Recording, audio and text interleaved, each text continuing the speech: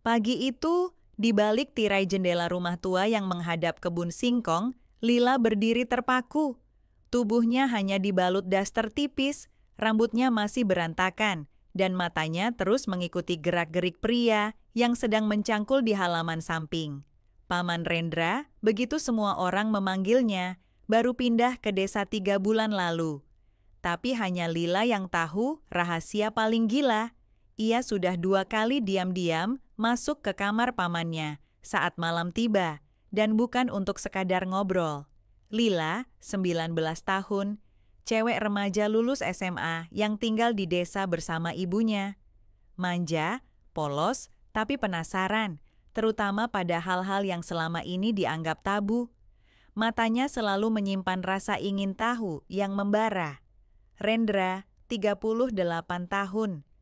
Paman dari pihak ibunya, duda beranak satu yang tinggal sendirian di rumah peninggalan orang tuanya. Tubuhnya kekar karena terbiasa kerja kasar, wajahnya sangar tapi teduh. Selalu menjaga jarak, tapi punya sisi lemah saat sendirian bersama Lila. Lila awalnya sering datang ke rumah Rendra hanya untuk minta pisang goreng atau numpang nonton TV, karena sinyal di rumahnya jelek. Tapi lama-lama, dia datang bukan karena alasan itu. Ia datang karena ingin melihat tubuh pamannya yang berkeringat saat bertelanjang dada, atau sekadar mencium aroma sabun batang dari kamar mandi belakang yang selalu basah. Satu sore, saat hujan turun deras, Lila datang tanpa jas hujan. Bajunya basah kuyup, menempel ketat di tubuh mudanya. Rendra berdiri di depan pintu, bingung. "Ngapain kamu kehujanan gini, Lil?" "Aku kedinginan, boleh masuk nggak?" Rendra hanya bisa mengangguk, menyingkir memberi jalan. Saat Lila masuk, pandangan mereka bertemu. Sunyi, hanya suara rintik hujan dan degup jantung mereka yang memanas perlahan. "Aku harus ganti baju, tapi bajumu kebesaran semua," kata Lila sambil memeluk dirinya sendiri. Rendra menatap Lila lama, menelan ludah. "Kalau kamu nyaman, kamu bisa pakai baju bekas istri Mas dulu, masih ada di lemari." Lila tidak menjawab. Ia malah berjalan ke arah kamar, membuka lemari Rendra, dan menemukan gaun tidur satin berwarna biru muda. "Kamu nyimpen ini buat apa?" tanya Lila sambil mengangkat gaun itu. Rendra diam. Ia tahu hari itu akan menjadi titik yang mengubah segalanya. Lila melangkah pelan ke kamar mandi, dan tak lama kemudian suara air mengalir terdengar dari balik pintu kayu tua yang setengah lapuk. Rendra duduk di kursi rotan ruang tengah, gelisah. Hujan belum reda, tapi pikirannya sudah kacau. Ia tahu seharusnya Lila tak berada di sini, apalagi dalam kondisi seperti itu. Tapi sejak pertama kali gadis itu duduk di pangkuannya sambil pura-pura main game di HP, Rendra tahu batas itu sudah kabur. Beberapa menit kemudian, pintu kamar mandi terbuka. Lila keluar dengan gaun tidur satin yang menggantung longgar di tubuh mudanya. Rambutnya masih basah, meneteskan air ke lantai keramik. Rendra menatapnya tak berkedip. Gaun itu dulunya milik almarhum istrinya, tapi kini tampak sepenuhnya berbeda. Terlalu pas, terlalu berani, terlalu menggoda. "Boleh aku duduk sini?" Lila menunjuk kursi rotan di sebelahnya. Rendra hanya mengangguk. Lila duduk, tapi bukan di kursi itu. Ia memilih duduk di lantai, bersandar ke lutut Rendra. Dari bawah, ia menengadah menatap wajah pamannya. "Paman," bisiknya lirih. "Kenapa dari tadi diam terus?" Rendra menghela napas. "Karena kamu bahaya, Lila." "Aku bukan anak kecil lagi," jawab Lila, mengangkat tangannya, meletakkannya pelan di paha Rendra yang mulai menegang. "Lila," suara Rendra serak. "Kamu kesini cuma mau numpang, atau kamu mau?" "Aku mau yang sejak malam itu belum kita selesaiin," potong Lila tanpa ragu. "Yang waktu aku masuk ke kamarmu diam-diam, terus kamu cuma peluk aku, terus kamu bilang, 'Jangan sekarang.'" Rendra menutup mata, rahangnya mengeras. Ingatan itu kembali. Malam gelap, Lila masuk tanpa suara, menyusup ke ranjangnya, Tubuh mereka nyaris menempel. Ia hanya memeluk gadis itu, menahan nafsu yang menggila. Tapi kini, Lila tak mau ditahan lagi. Tangan Rendra terangkat, menyentuh pipi Lila yang hangat. "Kamu yakin? Aku udah tungguin lama, Man," bisik Lila sambil naik perlahan ke pangkuan Rendra. "Aku cuma mau sama kamu, bukan cowok-cowok lain." Hujan makin deras.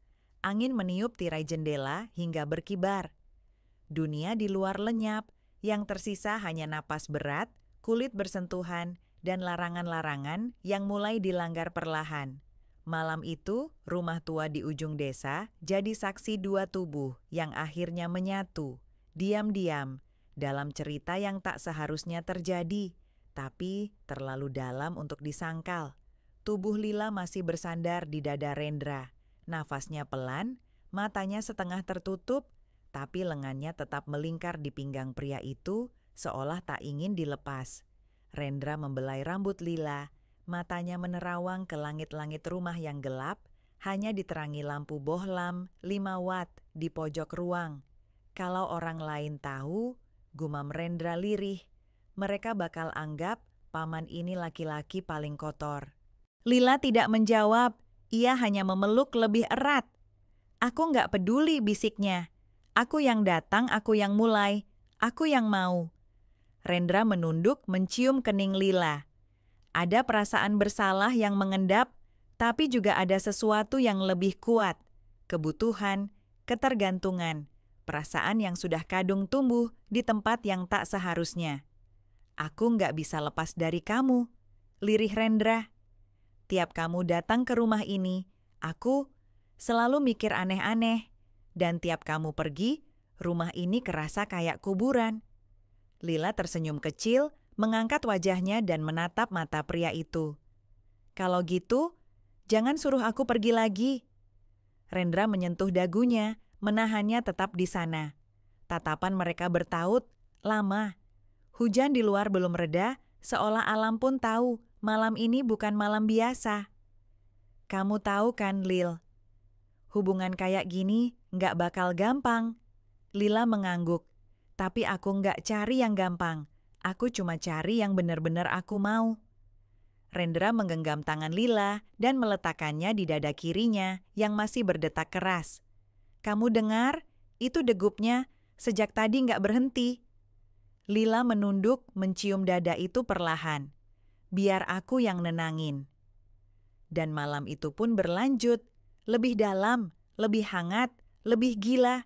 Tak ada lagi jarak, tak ada lagi larangan. Hanya dua orang yang tak seharusnya bersama, tapi terlalu terlambat untuk mundur. Pagi datang perlahan, sinar matahari menyelinap malu-malu di sela jendela rumah tua itu. Di atas ranjang kayu yang berdecit halus, Lila masih terlelap. Tubuhnya terbungkus selimut tipis, pipinya merona lembut karena dinginnya sisa hujan malam tadi. Rendra duduk di tepi ranjang, menatapnya dengan sorot mata yang rumit, antara cinta, kekhawatiran, dan rasa bersalah yang tak bisa dihapus begitu saja. Ia bangkit pelan, berjalan ke dapur untuk membuat kopi. Tangannya gemetar sedikit saat menuangkan air panas, pikirannya masih dipenuhi bayangan semalam. Ia tahu batas itu sudah dihancurkan dan tidak ada jalan kembali. Tapi bagian terdalam dari dirinya juga tahu, ia tak menyesal. Langkah kecil terdengar dari belakang. Lila muncul dengan rambut kusut dan mata setengah tertutup, mengenakan kaos longgar milik Rendra. "Wangi kopinya bikin aku bangun," katanya sambil memeluk Rendra dari belakang. Rendra terdiam sejenak, lalu menoleh dan tersenyum. "Kamu tidur nyenyak?" Lila mengangguk sambil menyandarkan dagunya di bahu Rendra. "Aku mimpi aneh, kita ketahuan, terus orang-orang kampung usir kita." Rendra tertawa pendek, pahit. "Bisa aja kejadian, tahu?" "Aku nggak peduli," ucap Lila cepat. "Kalaupun harus pergi dari sini, asal sama kamu, aku mau." Rendra membalikkan tubuh, memeluk Lila erat. Kehangatan gadis itu menenangkan, sekaligus menyiksa. Ia tahu cinta ini salah arah, tapi ia juga tahu rasa ini bukan sekadar nafsu.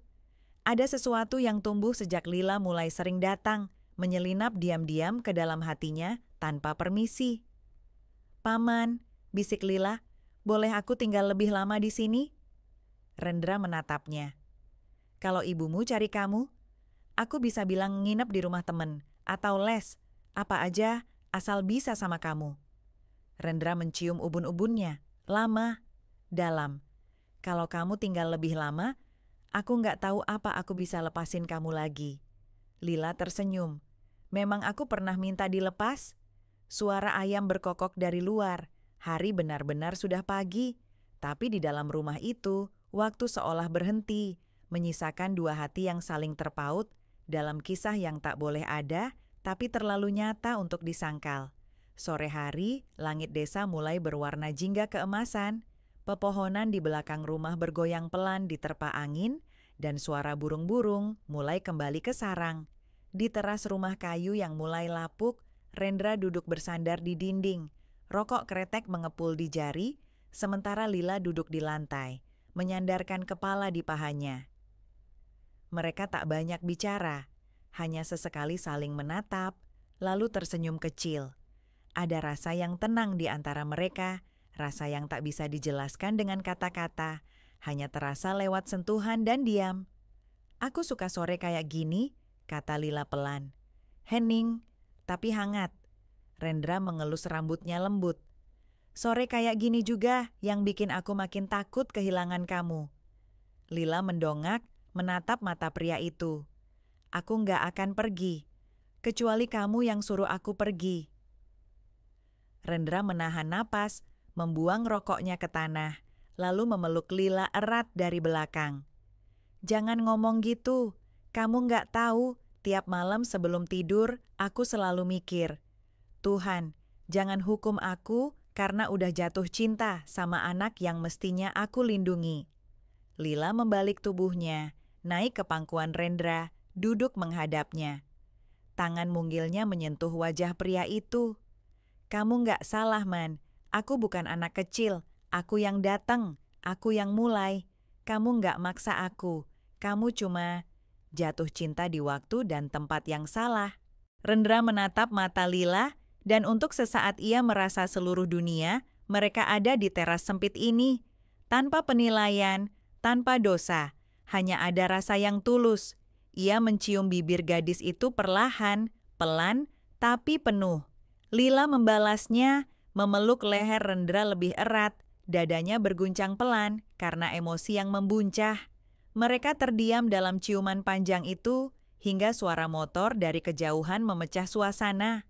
Lila refleks menjauh, jantungnya berdetak cepat. Rendra berdiri, matanya menatap ujung jalan tanah yang membelah ladang. "Mungkin cuma tetangga lewat," katanya tenang. Lila mengangguk, tapi rasa gugup masih tertinggal di matanya.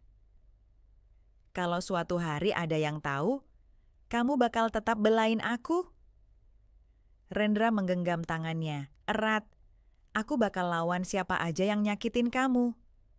Langit makin gelap, malam kembali datang, dan dengan malam, rahasia mereka akan hidup lagi. Malam merayap perlahan, membawa hawa dingin yang merambat masuk lewat celah-celah dinding papan. Lampu bohlam di ruang tengah menyala kuning redup, menggantung di langit-langit rendah yang berdebu. Di dapur, suara panci beradu pelan, sementara aroma tumisan sederhana memenuhi udara. Lila duduk di meja makan kecil, mengenakan kaos Rendra dan celana pendek yang terlalu longgar. Kakinya menggantung sambil mengayun pelan, wajahnya tenang, seolah ini sudah rumahnya sendiri. "Kamu nggak pulang?" tanya Rendra dari dapur tanpa menoleh. "Enggak," jawab Lila santai. "Aku udah kirim pesan ke Mama, katanya nggak apa-apa asal besok pagi pulang. Dia pikir aku nginep di rumah teman SMA." Rendra diam sesaat, lalu menaruh 2 piring nasi dan sayur tumis di meja. Ia duduk di seberangnya, menatap Lila dalam. "Kamu makin sering bohong demi kesini." "Aku nggak anggap ini bohong," ucap Lila sambil mengambil sendok. "Aku anggap ini perjuangan." Mereka makan dalam diam. Tapi bukan diam yang canggung, diam yang hangat, seperti sepasang kekasih yang tak butuh banyak kata untuk saling mengerti. Sesekali tatapan mereka bertemu, senyum kecil terselip di sudut bibir, menyimpan rasa yang tak bisa disampaikan terang-terangan. Selesai makan, Lila berdiri dan merapikan piring. Rendra hanya duduk, memperhatikannya dalam diam. Bagaimana gadis itu bergerak, tertawa kecil saat piring hampir jatuh, atau saat ia menyelipkan rambut ke belakang telinga, semua hal kecil yang makin menjerat Rendra dalam rasa yang salah tapi dalam. Setelah dapur beres, Lila mendekat, lalu duduk di pangkuan Rendra tanpa ragu. Tangannya melingkar di leher pria itu, dan matanya menatap lurus, serius. "Malam ini, boleh aku tidur di kamarmu lagi?" Rendra tak langsung menjawab. Ia menyentuh pinggang Lila, lalu mengangguk pelan. "Kamu tahu resikonya?" Lila mendekatkan wajahnya, membisik di telinga pria itu. "Aku nggak takut resiko. Yang aku takutin, kalau aku jauh dari kamu." Dan malam pun kembali menelan mereka, perlahan, dalam keheningan yang memabukkan. Tak ada lagi ruang untuk logika. Yang tersisa hanya tubuh yang saling mencari, hati yang saling melebur, dan rahasia yang semakin dalam. Semakin tak bisa dilepas. Dini hari. Hujan kembali turun pelan-pelan, membasahi genting tua yang berderit setiap kali angin malam menyelinap masuk. Jam dinding berdetak pelan, menunjukkan pukul 02.47. Di kamar gelap yang hanya diterangi cahaya dari luar jendela, tubuh Lila menggeliat pelan di bawah selimut. Tiba-tiba ia terbangun. Nafasnya terengah, mata terbuka lebar, keringat dingin membasahi pelipis. Ia duduk cepat, memegangi dadanya. Rendra yang berbaring di sampingnya langsung membuka mata dan bangkit. "Lila, kamu mimpi buruk?" Lila tak langsung menjawab. Ia menunduk, berusaha menenangkan dirinya, napasnya masih tersengal. "Aku mimpi, kita ketahuan, Mama nangis. Orang-orang kampung datang, maki-maki kita, bawa pentungan." Rendra meraih tubuh Lila dan memeluknya erat. "Itu cuma mimpi, Lila. Tenang, kita masih di sini, masih aman." "Tapi rasanya nyata banget," bisiknya lirih. "Aku takut semua ini bakal berakhir, dan aku harus hidup seolah nggak pernah punya kamu." Rendra menarik napas dalam-dalam, menenangkan dirinya sebelum bicara.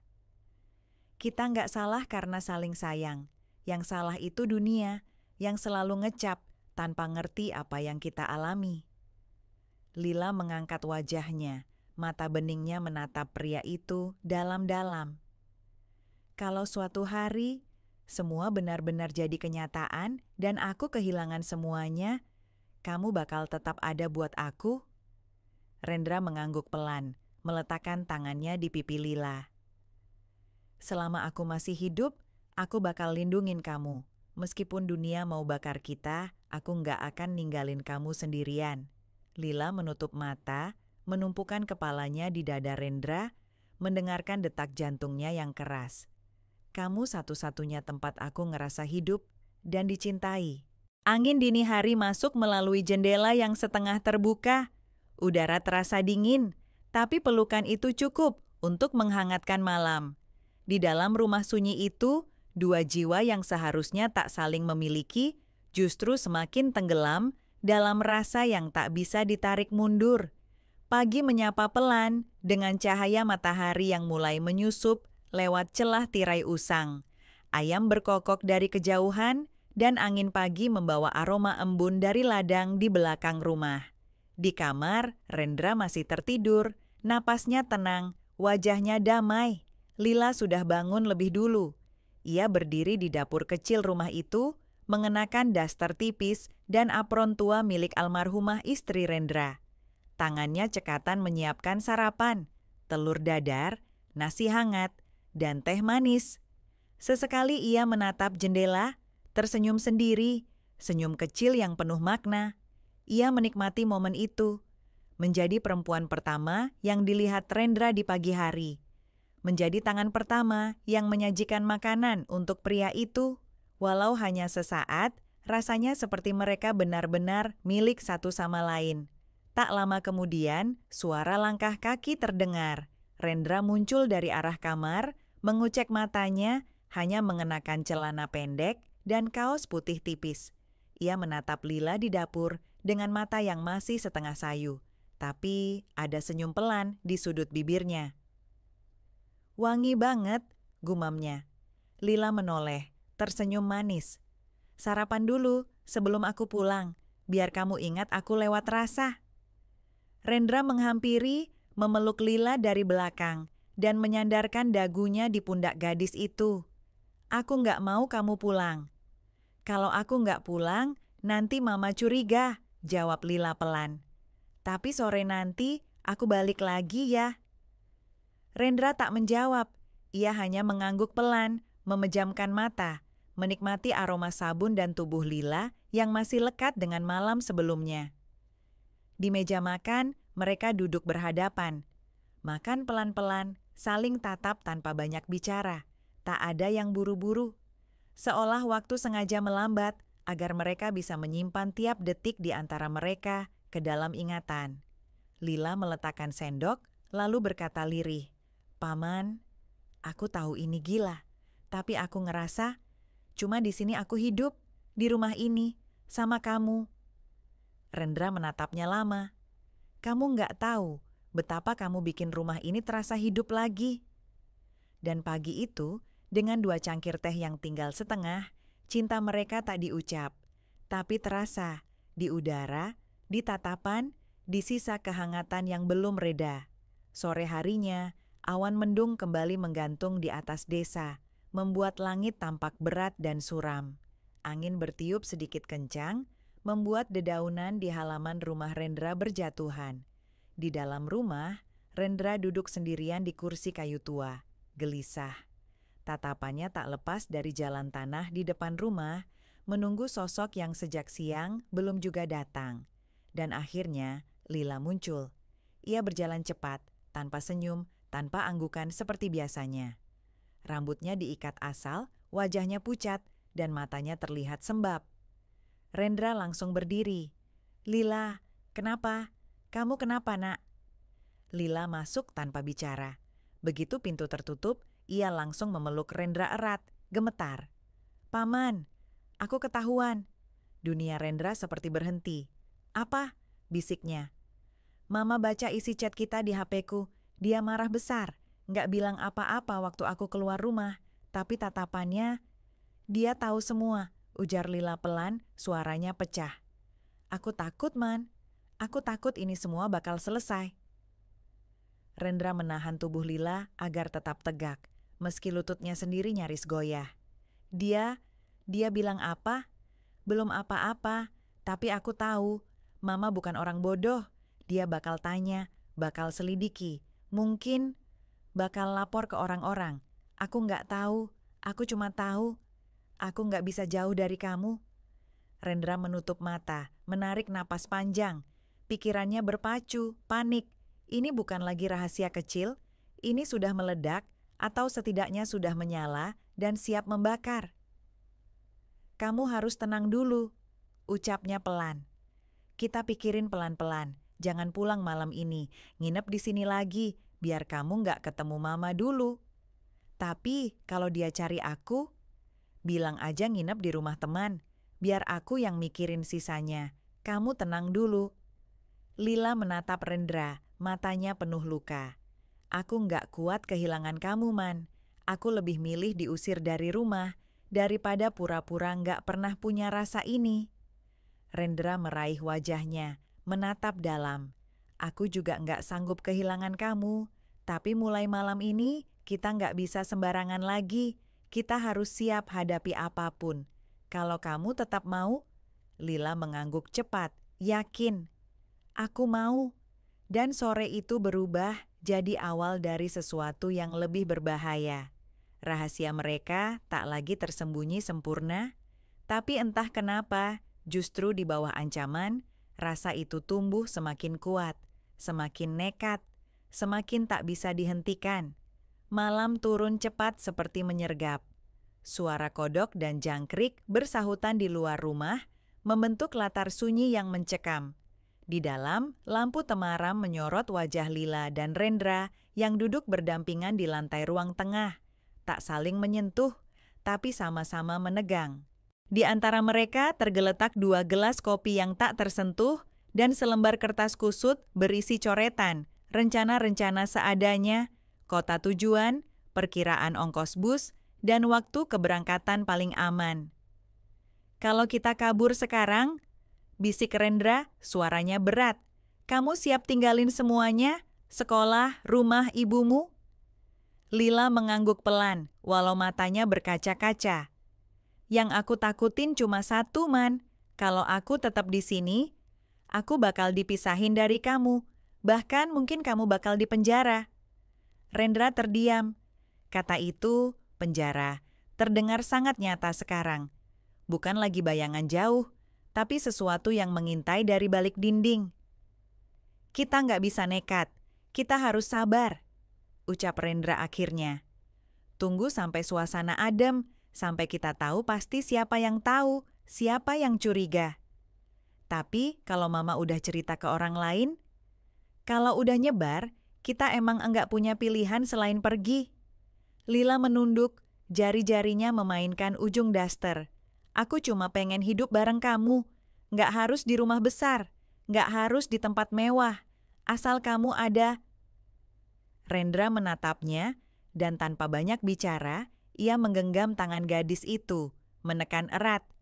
"Aku juga cuma pengen kamu, tapi kalau kita kabur, kita jadi buronan. Kita bakal hidup lari. Aku takut kamu nggak kuat." "Aku kuat kalau sama kamu," bisik Lila.